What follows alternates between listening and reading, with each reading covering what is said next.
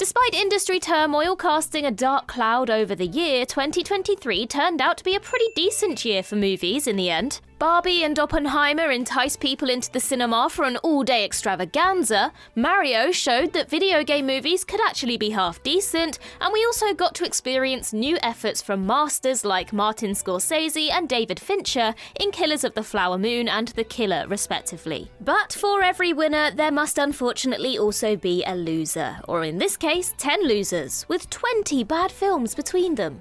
Starring in one awful movie in a calendar year is rough enough, but doing the double is an especially unfortunate scenario for actors. So with that in mind, I'm Ellie with What Culture, here with 10 actors who were in 2 terrible movies in 2023. Number 10, David Duchovny, You People and Pet Sematary Bloodlines. Though most famous for believing in aliens on TV, David Fox Mulder Duchovny has also spent his fair share of time on the big screen. In 2023, he appeared in 3 feature-length films. One was a romantic comedy directed by and co-starring Meg Ryan, which received thoroughly underwhelming reviews from the critics. And unfortunately for Dave, this was his best effort all year. In January, Duchovny appeared in another rom-com called You People, in which he played one of the main characters' father. The story of the film revolved around a man and a woman overcoming their cultural differences to have a relationship. While there was praise for some of the humour, You People also faced stern criticism for its portrayal of Jewish characters. Then, in September, Duchovny was involved in the Paramount Plus remake of Pet Sematary, subtitled Bloodlines. As is usually the case with do-overs of classic horrors, most people decided that Bloodlines didn't match up to the original, leaving it dead and buried. Number 9, Garrett Hedland, The Tutor and The Marsh King's Daughter. Though not a household name, Garrett Hedland has appeared in several high-profile films since his big screen debut in 2004's Troy. Eragon, Tron Legacy, Inside Llewellyn Davis, Unbroken, the list goes on. So was 2023 the year Hedland finally broke through as a leading man? In a word, no. The actor/country musician was front and centre in psychological thriller The Tutor, playing the titular role. When confronted with a particularly disturbed student, Hedland's character, Ethan, must fight to stay safe and keep his own dark secrets hidden. Well, one of Ethan's secrets is that he's involved in a very bad movie. The Tutor was full of plot holes and head-scratching moments, as both Hedland and Noah Schnapp failed to provide the gravitas needed for such emotionally involved characters.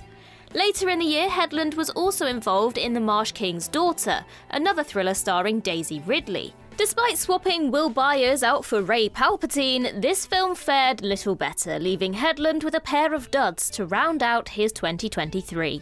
Number 8, Mark Strong, Murder Mystery 2 and The Critic. British star and world's most aerodynamic man, Mark Strong, is a very fine actor indeed. One of those faces you're always happy to see crop up unexpectedly in a project. Even his grand presence wasn't enough to save these 2 dreadful pictures, though. The Kingsman actor was in Murder Mystery 2, the sequel to the highly successful Netflix crime comedy starring Adam Sandler and Jennifer Aniston. Strong plays an MI6 hostage negotiator, but was unable to convince the public that this outing wasn't a thoroughly average affair that was light on laughs and heavy on snores. In a complete tonal shift, Strong's other 2023 bust was The Critic, a dark, moody thriller set in the 1930s. He appeared alongside Ian McKellen and Gemma Arterton, who played a deranged theatre critic and a frightened actress respectively. Even with a strong cast and premise, The Critic failed to win over its namesakes or the general film-going punters. Number 7, Adrien Brody, Fool's Paradise and Manodrome. To give Adrien Brody some credit, his 2023 also included an appearance in Wes Anderson's Asteroid City, which was an absolute delight. As for everything else he did, well, the Oscar winner was part of a very impressive ensemble in the film Fool's Paradise, the directorial debut of Always Sunny star Charlie Day. Ken Jeong, Jason Sudeikis, Kate Beckinsale, John Malkovich and the late Ray Liotta appear alongside Day and Brody in the story of a mute man who looks like a famous actor and a publicist attempting to cash in. It's as rubbish as it sounds. Day was praised for his work behind the camera, but the unfunny and stilted script was roundly thumped. Following this, Brody teamed up with South African director John Trengove to make his English language debut, Manodrome.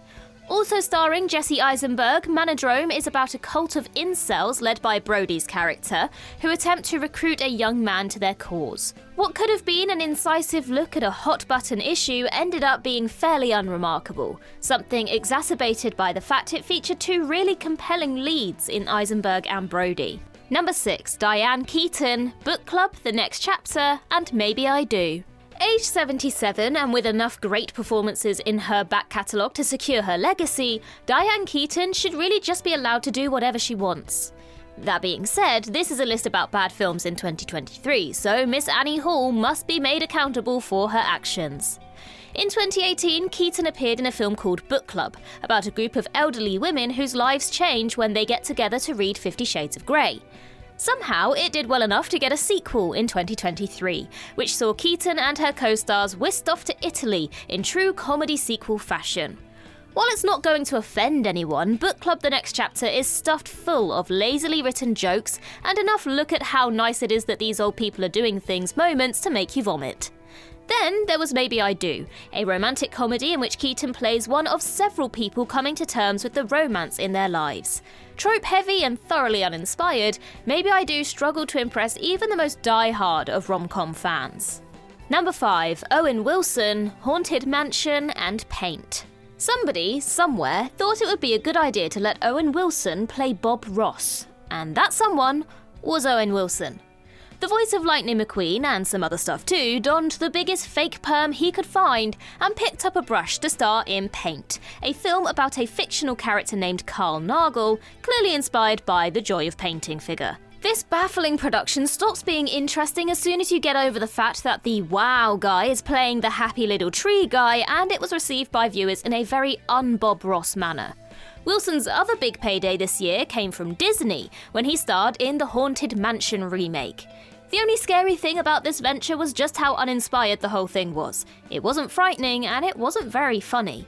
Number 4, John Cena, Freelance and Hidden Strike. Cinema goers are now discovering what wrestling fans have known for many years. John Cena is a machine. Since switching his focus to Hollywood, the former WWE champion has been in an ungodly number of films, with 2023 being his busiest year yet. Cena turned up in 6 different features this year, from Fast X to a voice role in Teenage Mutant Ninja Turtles Mutant Mayhem to an unbelievable cameo in the Barbie movie.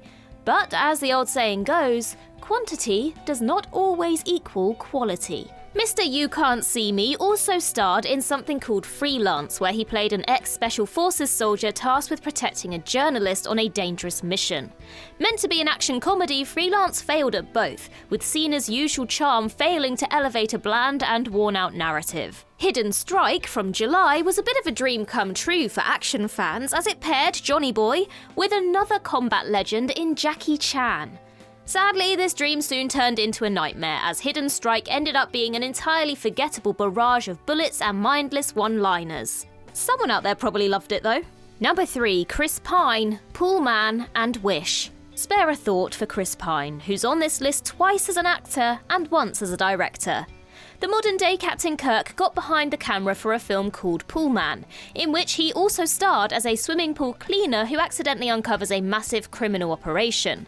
This was Pine's first time directing, but that didn't prove to be a mitigating circumstance when it was shown to the public. The failure of Pool Man should have been comfortably alleviated then by Wish, a celebratory Disney effort in which Pine played the main villain. Wish was supposed to be a big, affectionate party for Disney's 100th anniversary, but it failed to grab anyone's attention in a meaningful way. It was deemed boring and unoriginal, too reliant on nostalgia with nothing new to keep audiences invested. Number 2, Jason Statham, The Expendables 4 and Meg 2, The Trench. Look out, Mark Strong, a new challenger for Smoothest Boy has emerged. Jason Statham is good at many things, mostly punching, kicking and delivering one-liners in a deliciously 80s way. But one thing he's never been praised for is his artistic prowess. Clearly, he doesn't give a single hoot, as he spent his 2023 appearing in 2 of the biggest, dumbest movies of the year. Meg 2, The Trench, put the Stath back into a tight wetsuit to battle those big bad mega sharks all over again. The first Meg movie was enjoyable if you managed to switch off every single functioning part of your brain, and guess what? The same can be said of the sequel. Speaking of sequels, Statham was also back for another Expendables project. Alongside Sylvester Stallone, Megan Fox and 50 Cent, among others, the gruff Brit shot, stabbed and gurned his way through an hour and a half of ridiculous action nonsense, with the charm of this over-the-top series long gone. But you know what? Good for him. Statham worked out what he was good at a long time ago, and some people absolutely adore these trashy action romps. Long may his star shine as brightly as his beautiful shaven head.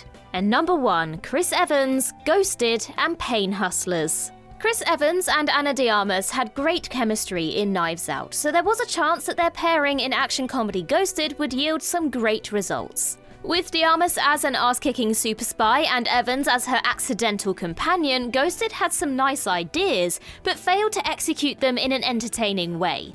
It ended up being much less than the sum of its parts, with audiences taking the collective decision to leave it on red.